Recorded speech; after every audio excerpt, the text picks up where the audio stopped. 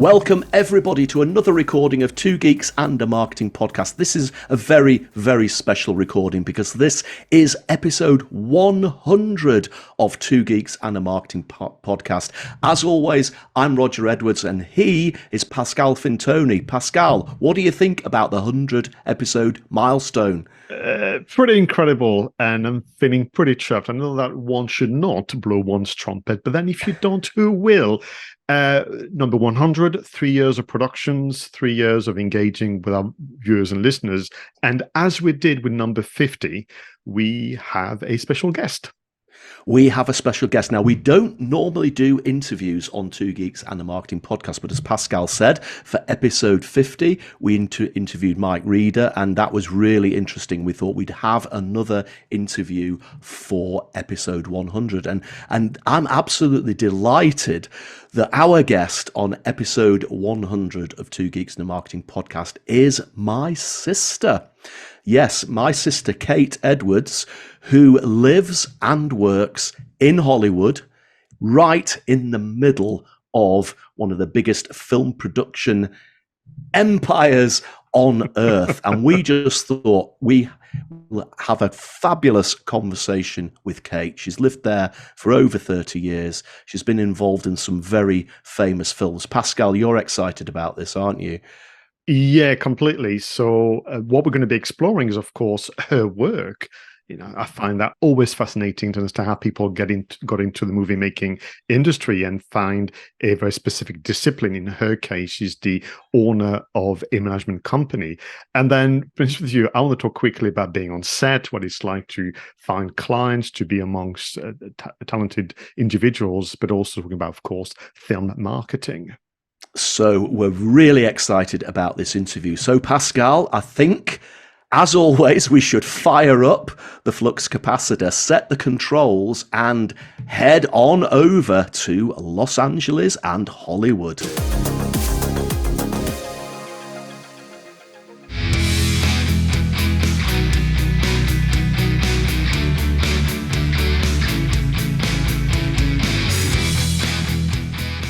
So, Kate Edwards, welcome to Two Geeks and a Marketing Podcast. It's fantastic to see you.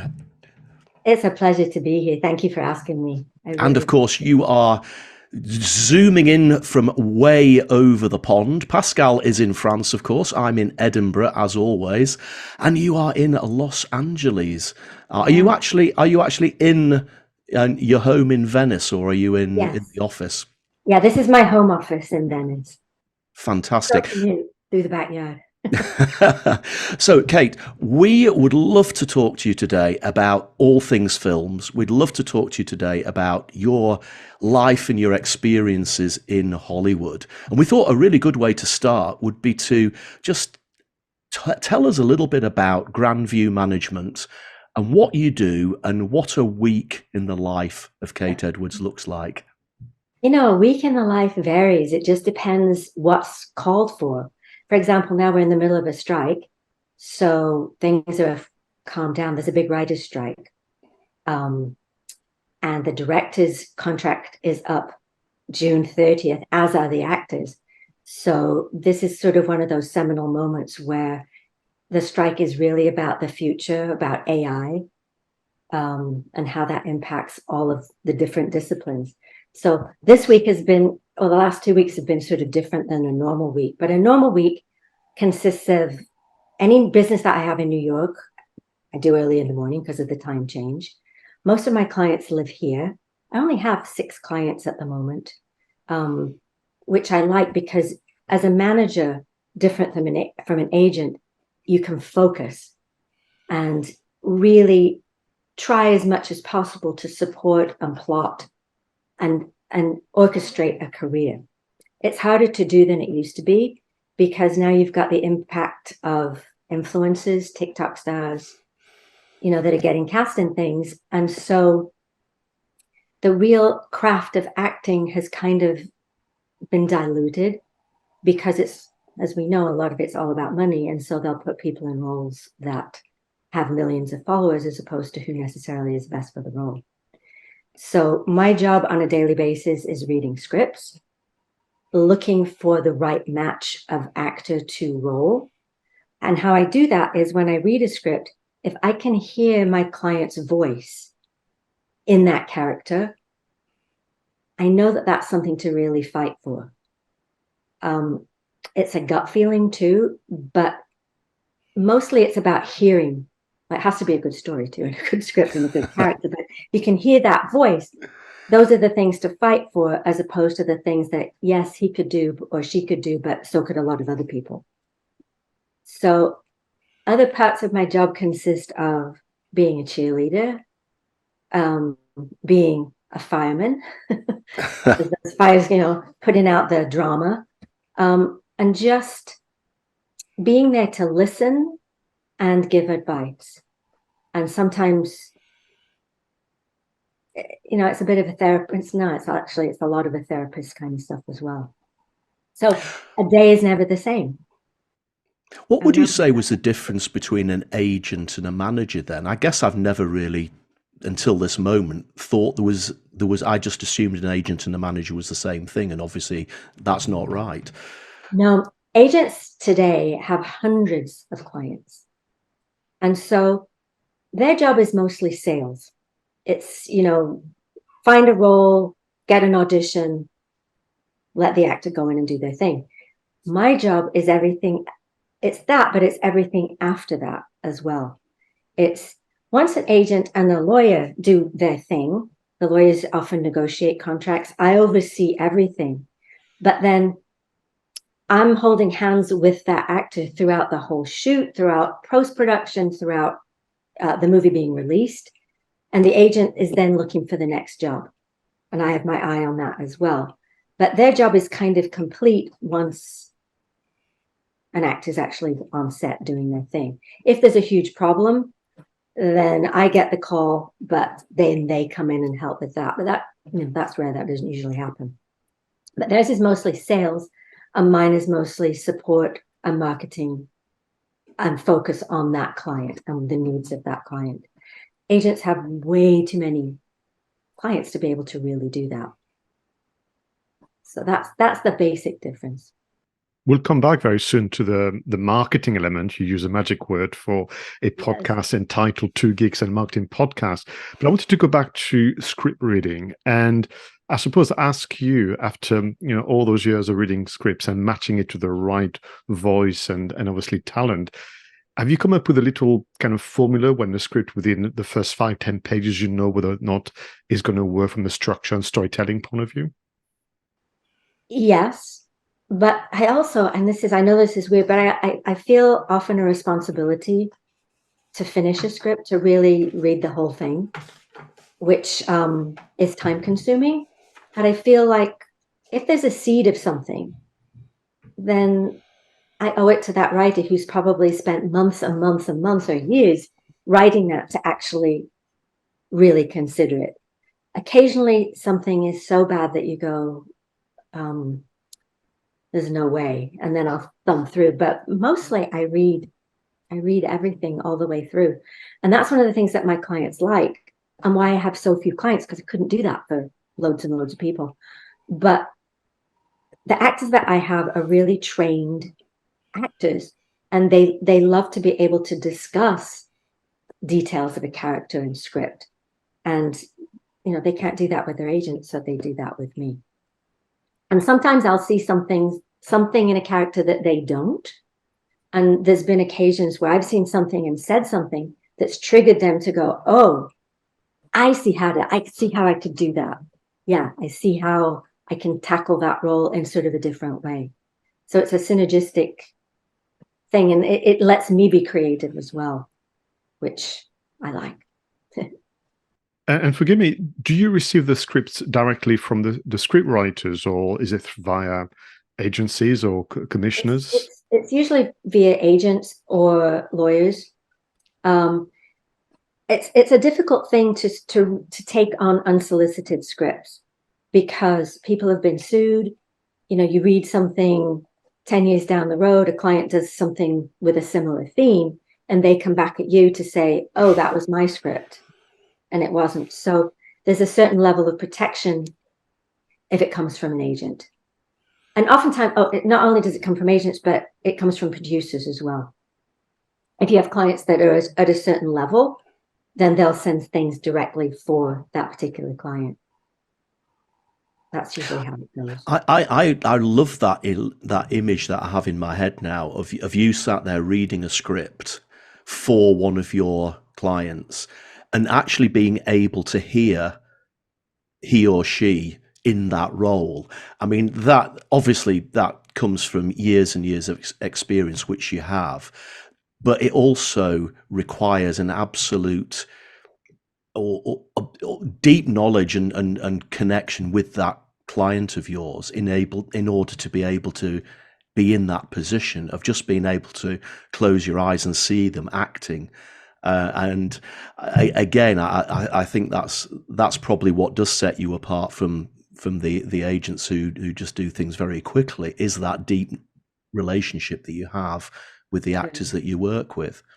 I think that's why my clients have had for such a long time, because it does, it builds up that trust, it builds up that ability to hear that voice, an ability to know something that is different, that somebody else might not have thought of. Sometimes I get a script and they're submitting for a certain role, and then I'll read the script and go, oh, this role might be smaller, but that's the role that has the voice. Even if it's a couple of scenes, it's just a knowing that happens.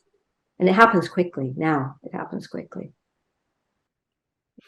I think, Pascal, you said the other day when we were thinking about this conversation and some of the questions that we'd like to ask Kate, I think you said it sounds like Kate's job is almost like the overall. What did you actually say? Project manager? I can't remember. So the ultimate. Yeah. Yeah. Yeah. I sometimes think of it as the orchestra. The man with the baton. The conductor. The conductor. Yes. Exactly.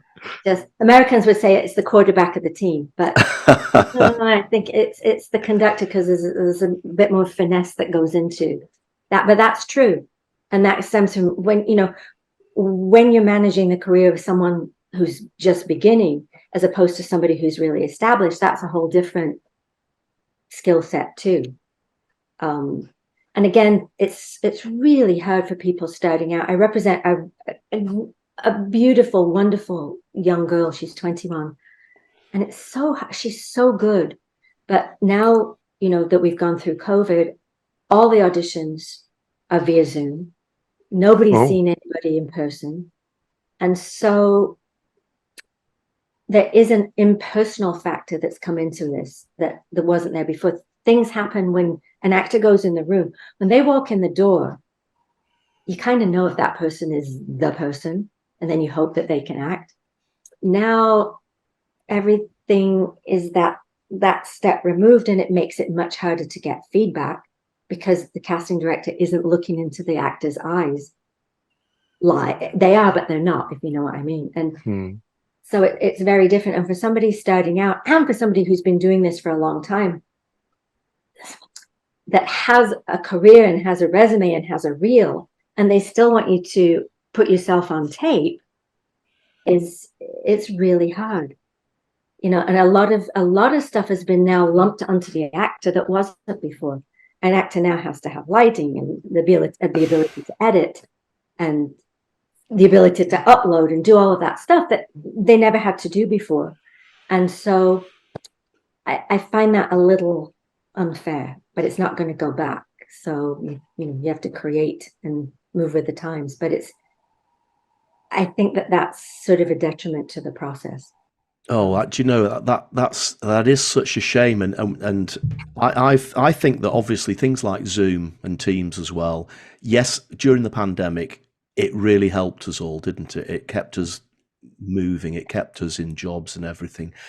But I think as well, we've conned ourselves into thinking that Zoom has become this sort of solution to everything. Both Pascal and I speak at conferences, and quite a lot of conferences are still online. And I don't care what anybody says, you can still do a speech online, but you still don't get that connection that you can get with real people in a real room. And that's the same in all industries. And I just I'm sitting here, how can an actor possibly do an audition over a video with. I know. It's crazy. Sometimes the scenes require action and stuff, and you're sitting there doing all this stuff, and it just, even at the best of times, it's really hard to translate. You just made me think of something, though. It's almost the difference between acting on stage and acting on film, because on stage you have that chemistry with the audience that you don't have with film. On film, you do something, you do a movie, and it takes maybe a year to come out. And so it's a removed thing. And yet when it does come out, then there's that interaction. But it's never like being on stage where it's different every night, where depending on how the mood of the audience can affect the performance on stage. And that's very similar now to how these auditions are set up. And it is a shame. I've even had people where even the callbacks haven't been live. Oh. Where the callback, when you've got the producer and the director, they'll call it a work session, and they'll do that on Zoom as well. And I still think that you need an actor and an actress in a room to see if there's that real chemistry. If you're in a box, it might be, but it might not be. So, as I say, especially here in Los Angeles, where it takes such a long time to drive everywhere, and there are some good things about it, but ultimately, I think it's certainly at a certain level of the audition process a detriment. That for all of us who don't live in Los Angeles, it's always that thing, isn't it? You watch a film or a series like 24, Jack Bauer can drive from one end of LA to the other in 6 minutes, when of course in reality it takes you all day. It's true. And since that was one of the good things about the pandemic, because you could drive anywhere and it was easy and wonderful. And now it's come back even more than it was before. And that's not going away either. So that's life in LA. You have to have a car that you like being in. That's splendid. I was doing some research on Kate Edwards, of course, on the internet, and discovered that if the information is correct, this year you're celebrating 30 years of business as Grandview Management. So happy anniversary. Oh, thank you. And the question, I suppose, is this something that was always part of the plan, if one has a plan, or is it a profession that's found you?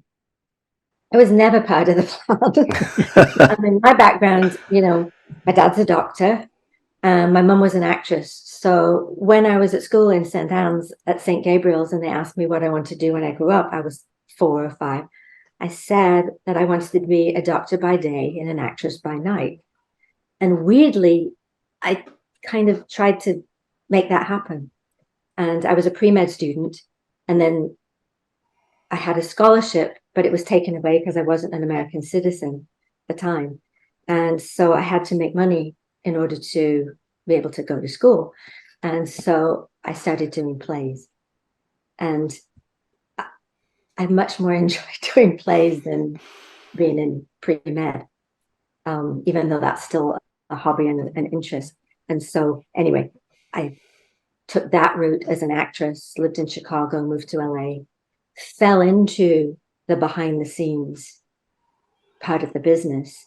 I met a man called Bob Lamond, who was John Travolta's manager at the time. And I needed a job, and I went and saw him, and he said, look, you're too smart to be an actress. He said, come and work with me and I'll teach you everything about the business. And if you want to, you can still go out on auditions. I thought, wow, this is the best of everything. And so it got to a point, this was when John was filming. It was just before, actually, in the November before he started filming Saturday Night Fever. He was on Welcome Back, Kotter, but he was about to film. And so I thought, well, this is an opportunity. I get to go out on auditions and I'll know everything that's going on.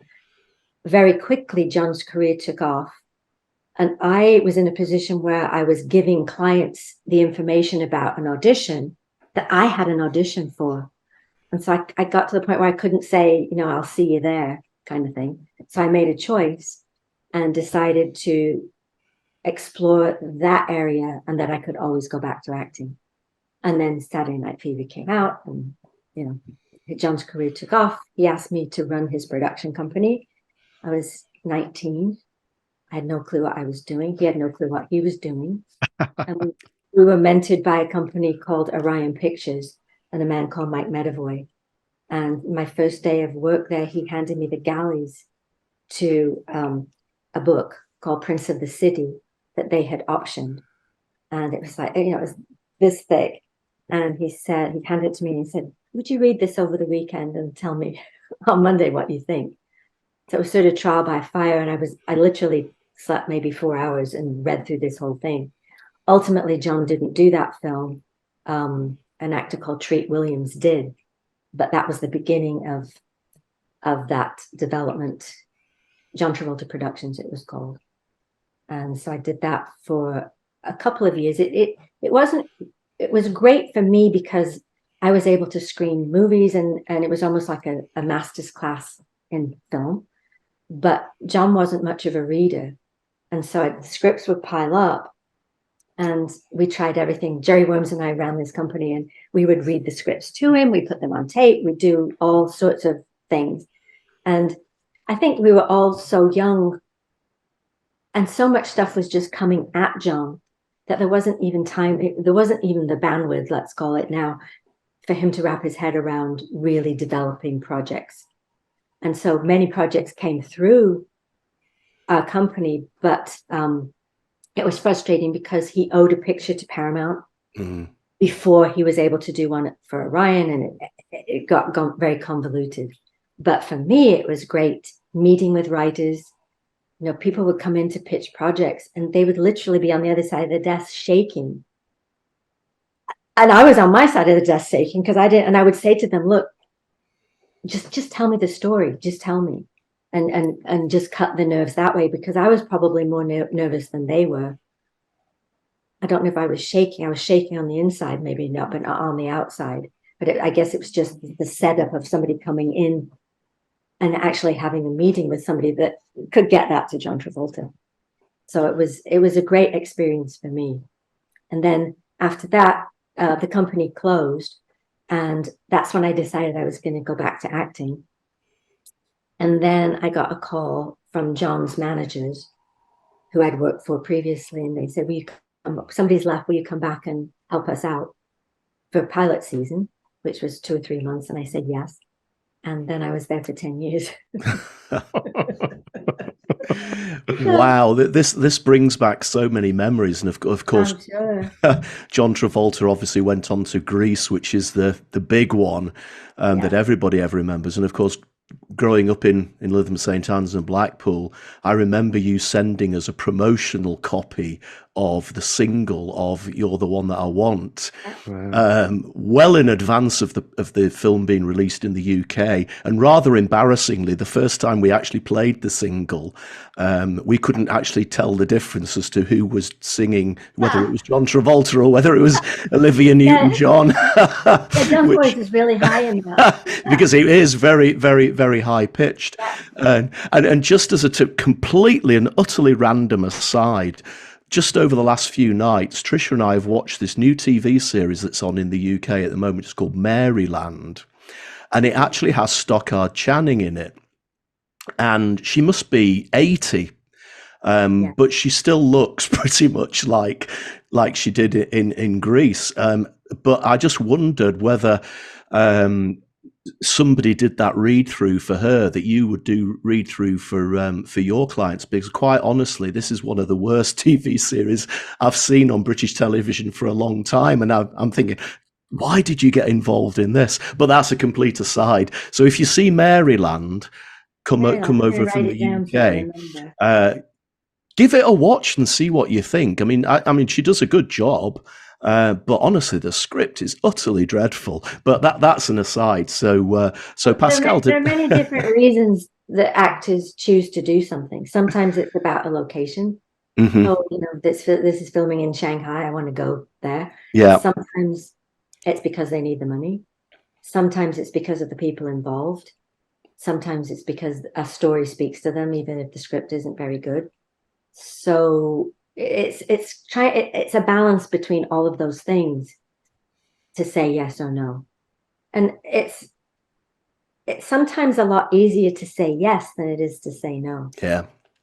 You know, even if it's something you know you probably shouldn't do, sometimes you say yes anyway, and then live with the There was something that we discussed, you and I, Roger, before this call, which is your work, Kate. And actually, on that very point, how do you say yes and how do you say no potentially if someone approaches you to be their manager? How do you decide to take on a client? Do you go through a series of meetings? Do you get to know the individuals? Do you have your scoring systems? How does that work?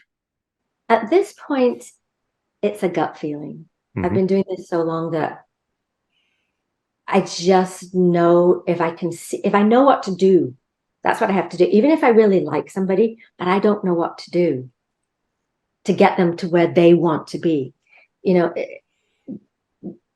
People have to be realistic, and sometimes actors are not realistic. You'll get somebody who looks like Danny DeVito who wants to be Robert Redford. I don't know what to do to make that happen. So I have to see a realistic way forward. But as I say, mostly people come to me from other actors. People come to me from agents, lawyers, producers. That's sort of the flow in. I used to go to a lot of theater, which I don't do very much anymore. Well, I don't since COVID. I haven't. I don't go to New York that much anymore either. But yeah, it's really a gut feeling. Or I'll see a performance of somebody, and I'll look them up and see. Most of the time, by the time I see somebody on TV, they're well represented. But I do watch a lot of English TV just because I like it. But yeah, mostly now it's a gut feeling. And if I'm a bit on the fence, then I'll want to take a deeper dive into the work. I'll look at a lot of demo reels. I'll watch a film. I'll do it that way. But it's do I want to speak to this person every day? There's a quality. You have to like somebody to want to speak to them every day. And there've been people that have crossed my path that I just have thought, what, life's too short, or well, actually life's too long. That I just can't. But I like to keep it at this point small so that I can really focus. So if you were watching a British TV series and you saw somebody who you thought had potential and they weren't an actor currently in films, would you consider approaching them? Yes. I mean, I did that with Robson Green. With Robson Green. I thought, I couldn't remember. It was, it's Robson Green. I wrote to his production company in Newcastle. I ended up speaking to the person who ran all of his stuff. And that was 20 years ago. And, he was happy doing his thing. And then, but I always sort of kept track of him because I thought he was very translatable to the American market. And about 10 or 12 years ago now, it was right after Christmas, and I went to a breakfast actually with a group of people that I didn't know very well. Somebody invited me, and somebody said to me, "Is there anybody you'd really like to represent?" And I said, "Yes, I'd love to represent Robson Green." And one of the guys that was there, he goes, "Well, I'm his agent." I said, "Really?" And he said, "Yes." Anyway, to cut a very long story short, I met with him. He became a client. I worked so hard on his reel and everything before he even came to LA. And then he came for pilot season and he stuck it out for about 3 weeks. And it was at a period he was going through a personal thing in his life at that time too. So the timing was really off. But that was somebody who I put so much time and energy into that didn't come to fruition. And he was off doing his fishing thing, and then he got Manchester. Oh, that's right, yeah. He could have. I still think he could have done really, really well here. That's one of those sort of bittersweet stories, the ones that get away. But, that was a case of seeing, being aware of somebody in England, and then, but I'd say most of the time, by the time I become aware of somebody, you know, they're already spoken for. So what about victories, or, you know, your time to make Roger and I feel very jealous? What about film sets you visited and film projects that would make us go, wow? Yes. You know, I suppose being on the set of Dirty Dancing when nobody thought that was going to be anything, and just going to this little Lake Lure place in wherever that state was, that North Carolina, I think, and just, you know, just being there. And it was a very low budget, nobody thought very much of it kind of a movie. And then in retrospect, obviously it became that. So and I was there the day that they were doing the lift out of the water. It was cold. And also the day when they were doing that scene in the dance studio where they kind of crawl to one another. I was there for that scene. That was pretty good. There were some of the Grease scenes too. The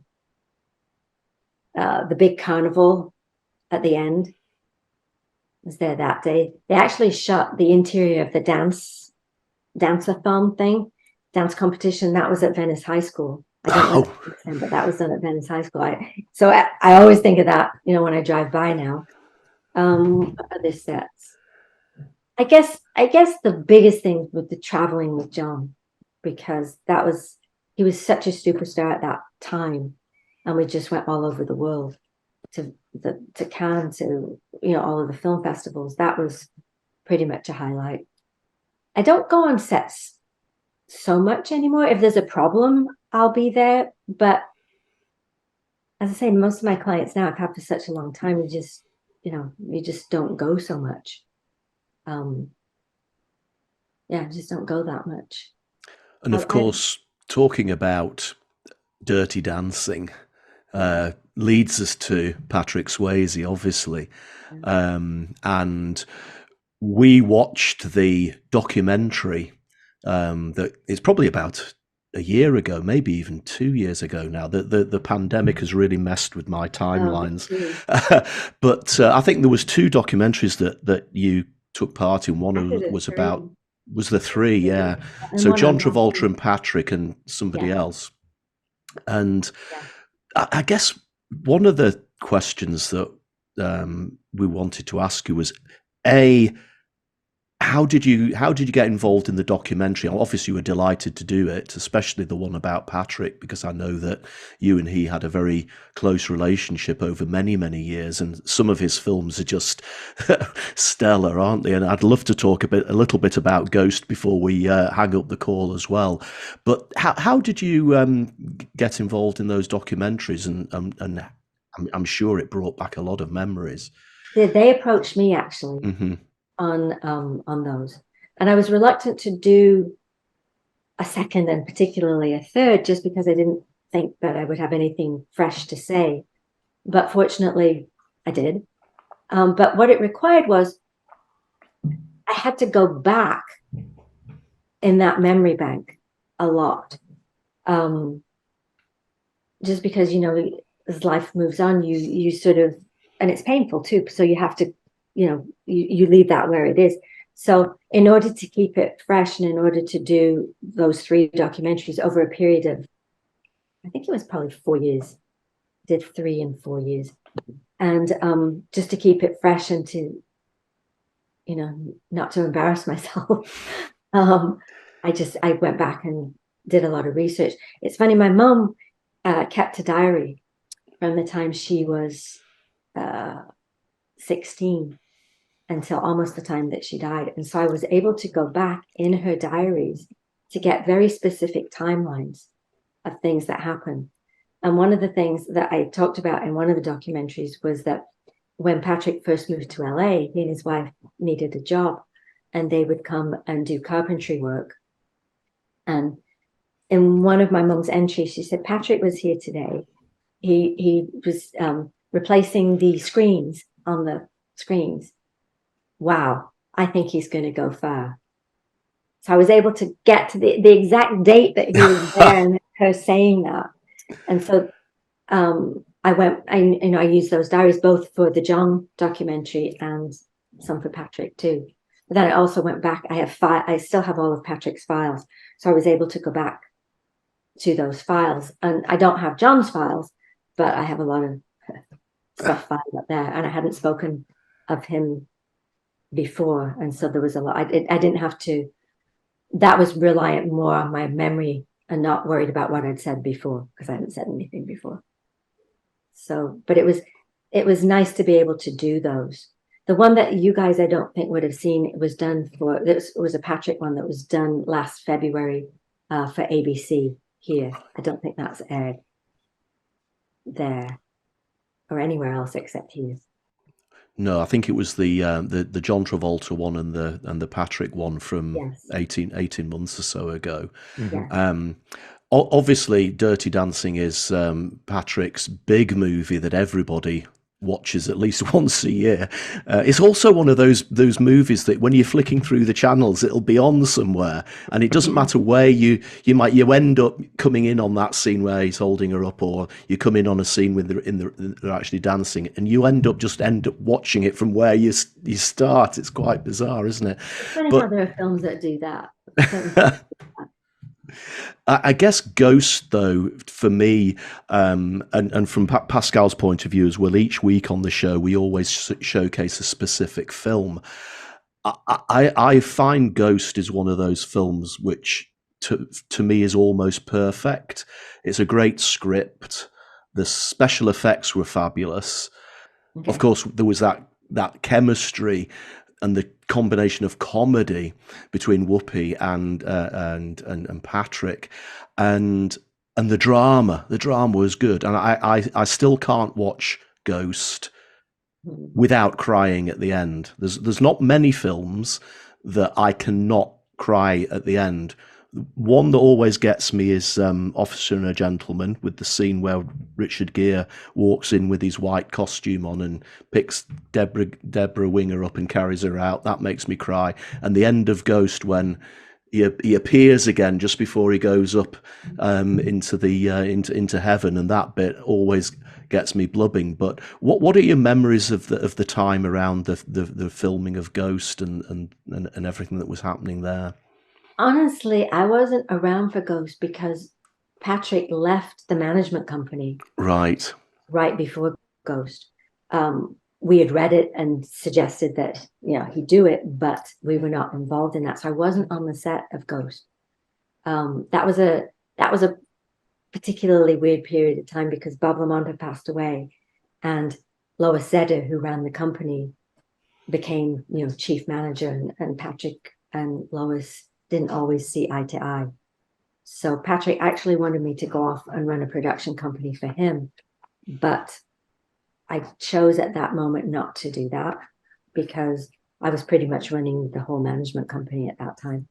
So my memories of Ghost are like you seeing it after reading the script, though, and then actually being in the theater seeing it. And it's a magical film that still holds up. And Patrick fought to get Whoopi in that movie because they didn't want her. Well, they didn't want him either at the beginning. He had to go in. He went in because it was a follow-up to Roadhouse, and the director said that guy in Roadhouse will never be in my film. And then Patrick's agent got him that audition after much chat, and he went in and did every scene. And at the end, they were crying as well. And that sort of turned it around. And Patrick was in a position at that point to kind of say, I won't do this unless you get Whoopi. And so she, I think in her Academy Award-winning speech, she told that story. But she got that role. And that movie, I think, besides Dirty Dancing, I think that's the one that will live on longer than we will. Can you imagine what the film would have been like without Patrick Swayze and Whoopi Goldberg? It just... They'll probably remake it. They're remaking wow. Roadhouse. They're remaking Dirty Dancing. Right. Isn't that fascinating, though, how on occasion, somebody like the director of Ghost couldn't see what we as an audience could see. It's fascinating to me because if you look at Patrick's work, I mean, interestingly, in France, Roadhouse came out before Dirty Dancing, or should I say Dirty Dancing came out, yes, and then didn't really get a good, much of a reaction. Roadhouse and just blew up on screen. At the time, I just taken martial arts. I thought I won't be Bruce Lee, I'd be Dalton instead. Much better. And then, so they already rediscovered Patrick Swayze, and then with VHS cassette and the rental, everybody could go through the back catalogue, including early movies. I mean, if you've seen The Outsiders, you get it, and somehow somebody like the director of Ghost could say, no, that guy on my set. It's just remarkable to me that audiences can sometimes connect better with the work of actors and actresses than the producers and actors themselves. It's true. It's frustrating, and it's true. But thank goodness, it's possible that he would have never got in that room, and thankfully he did. But that's sort of sometimes the frustration when you can see it so clearly and and they won't see it. And that does happen when things, go to other actors. That's part of it. That's the thing. That's the frustration or the challenge of being an actor too, is because you're always looking for a job. And even when you're established, you're always looking for a job. And that can create, a lot of insecurity, a lot of financial insecurity. So it's not a job for the faint of heart at all. Well, that gives us a great segue into the world of marketing. Marketing what we would call, Roger, a personal brand, but I imagine that's been the case for decades in the film industry. So when we review marketing campaigns for films, I'll have you know that we reviewed 99 film marketing campaigns, Kate. That's incredible. That's amazing. And Really? You'll help us choose number 100 very, very soon. So we've looked at the effort from an audience, that we looked at the posters, we look at the trailers, we look at the social media campaign, the PR stunts, and so on. But there's one thing that we always wondered is it part of the contract of the talent to make themselves available for photo shoots and to help the media company in charge of their marketing to have all the assets, and that must take a lot of time. Yes, and that's what the agent doesn't have anything to do with, and yet I still am doing my job with that. But yes, it's in the contract. Sometimes it's very specific, sometimes it's very general. But yes, the photo shoots, again, they used to be press tours, and that's what I would go on with John, around the world, where you would literally go around the world and they bring press in. Now most of that's done on Zoom as well, because they don't have to fly. Even and then it went to where they would bring, instead of flying the actors around, they would bring the press in from other places to LA, do press days. That's not happening anymore either. So it's definitely changing. Of course, there didn't used to be the social media presence. In contracts, they can't force you to be on social media if you're not on social media. But they like you to be. A couple of, like Will Patton, he's never been on social media, and he still works all the time. So they can't force you to, but the photo sessions, a certain amount of press, yeah, that's required. It's required. Some actors love it. Some actors feel that their job is just acting and being, and they don't want to be part of that. But obviously, in today's world, it's huge. It feels, and we were discussing this, weren't we, Roger, in the green room, it must be exhausting to do the rounds of the premieres and the press junket. I mean, we reviewed, for example, the marketing of the Dungeons and Dragons movie, and that was just an extraordinary marketing machine. It was great for us, to review what they'd done. But they had premieres every day in different continents. It was just, I mean, they must have like some special smoothies, somehow to keep the energy going, but it was incredible. It's grueling because it's not just that. They do BAFTA screenings. They do Directors Guild screenings. They do, it's full on. of course, the actors don't sit there through the whole thing, but they have to go from pillar to post to get to do the Q&As afterwards. And it's exhausting. It really is.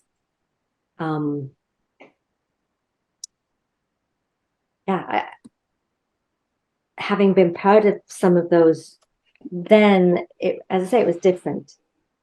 But now it's sort of on steroids, isn't it? All of that's required, and all of the different outlets that are required to feed.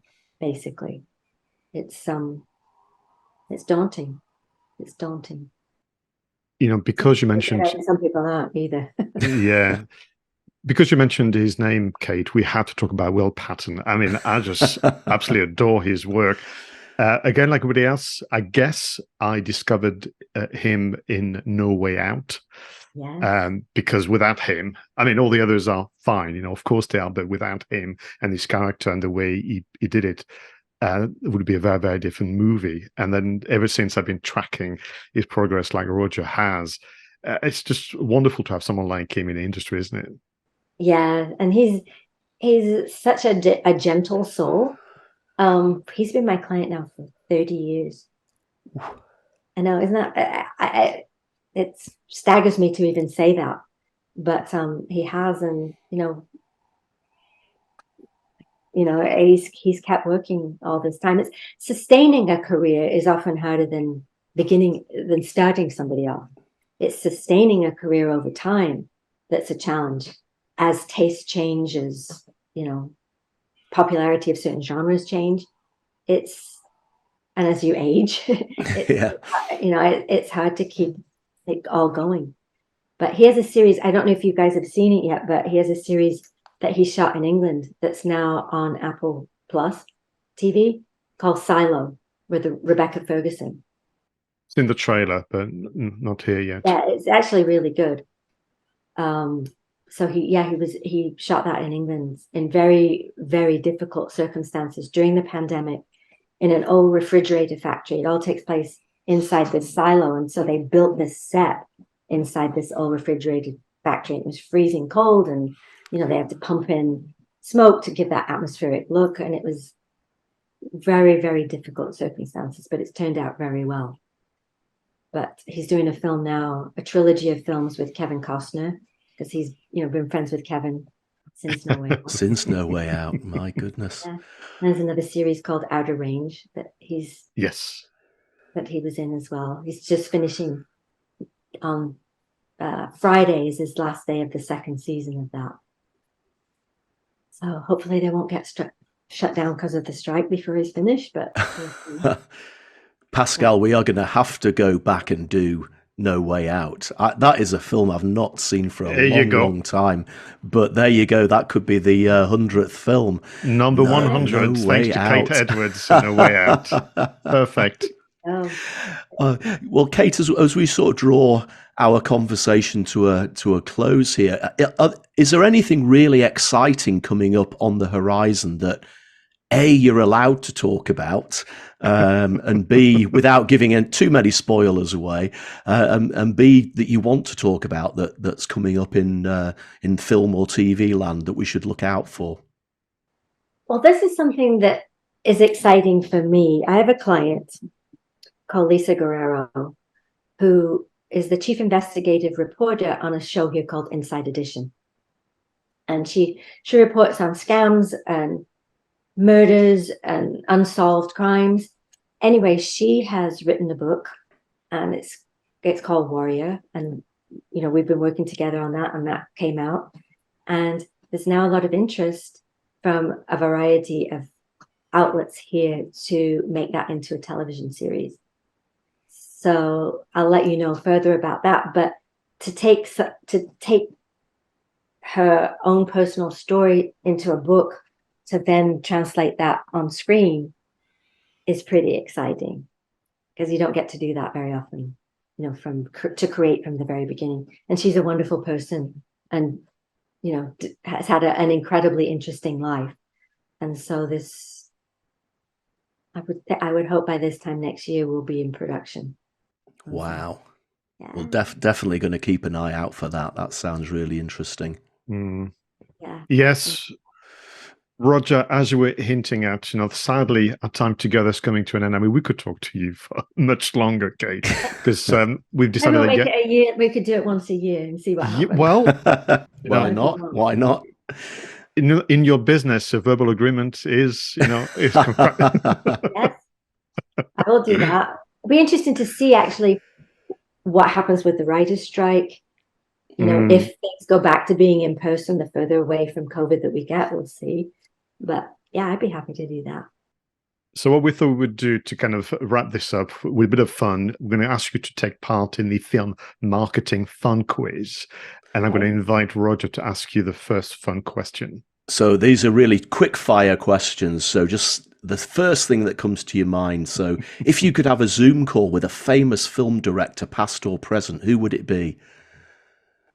Oh, Michelangelo Antonioni. Nice. Blowout. He did that movie called Blowout. And I worked with him briefly, and he spoke French. He spoke Italian. We both spoke, he didn't speak any English. We both spoke a little bit of French. So it was a very weird thing. But I would like to be able to speak to him in one language. Blowout. Such a good movie. Yeah. On that very point, question number 2. If you could remake a classic, which film would it be? I sort of have a love-hate relationship with remakes, to be honest. Mm. They always kind of make me cringe a little bit. I thought the remake of All Quiet on the Western Front was brilliant. So it can be done. I don't know. I like new things and new ideas, I think. So that's a question I'm gonna lob back. That's fine. That's absolutely fine. What's your go-to movie when you need cheering up, Kate? Oh gosh. Let's see. Dirty Rotten Scoundrels. It always makes me laugh.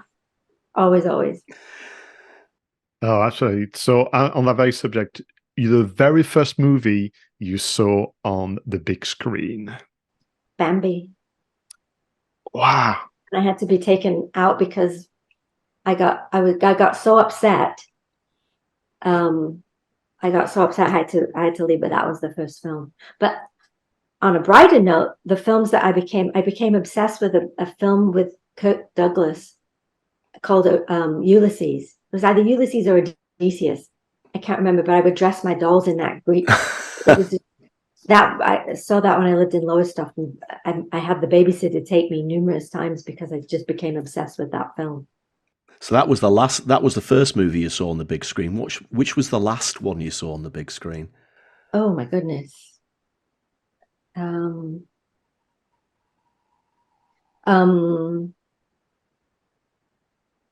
trying to think. It was either All Quiet on the Western Front or I think it was All Quiet on the Western Front. It poses me because I'm a member of BAFTA. They send me a link so I can see everything. So I don't see that much on the big screen. Oh, yeah. I see it on my 70-inch TV, but I don't see it on the big screen anymore. But yeah, I did see All Quiet on the Western Front. And final question for you then. For your next birthday party, which band or artist would you like to invite to play for you and your friends? Queen. You mean in real life or in my imagination? Is that Queen with Adam Lambert playing, or is that Queen with Freddie back? No, that's Queen with Freddie, but I am going to see Queen with Adam Lambert in November. I'm also going to go and see it's the final tour of I just blanked on the name. You know, the ones that dress up in platform shoes. ABBA. Madness. No. With makeup on the face. Kiss. Kiss. Oh, wow. Yeah. Go see Kiss. And I want to get tickets for Aerosmith, but I don't know if I'm going to be able to get tickets. Saw the Who last year. It was great. They were brilliant. Who at the Hollywood Bowl. I must admit, I would definitely go and see Queen with Adam Lambert. And I mean, I did go and I was fortunate enough to see Queen in 1986 at Wembley, which was the last one of the last concerts that Freddie did. There is a DVD, and I have tried to find myself in the audience. You can freeze frame it, but obviously, absolutely no. I was so tiny and it wasn't high definition, but no, they always put on a good show, and I always think that Freddie possibly has some sort of immortality because he died young. There's a lot of my favorite groups, like for example Genesis. We were meant to see them a couple of years ago, but the COVID put paid to that, and they never rescheduled the Glasgow event. But Phil Collins just can't sing anymore, and I do wonder whether if Freddie had still been alive, he would have been in his mid-70s now, and he might not have been able to sing as he was then. And maybe it's better to have the memories of him as he was at Live Aid than, I don't know. It's a difficult situation to think about. Well, you think about Janis Joplin, and you think about some of the other greats that were unique unto themselves. Maybe the good do die young, for that reason that you just said, because you can't imagine. And yet, look at Paul McCartney. He's still rocking on, and the Rolling Stones. Still absolutely, rolling along. But yeah, it would have been hard for Freddie, I think, because of the extent of the talent of that voice. Yeah, to do that. Yeah, it would be difficult for him. Wow. Well, thank you so much for coming on the show and talking to us. It's been great to reminisce and to catch up. And Pascal, we will definitely be back for more next year. Absolutely. Have a lovely rest of it's your night. Have a lovely rest of your evening. Yeah. Not Thank at all. you very much for having me. And thank you for helping us celebrate episode number 100 of Two Geeks and a Marketing Podcast, a project that started 3 years ago.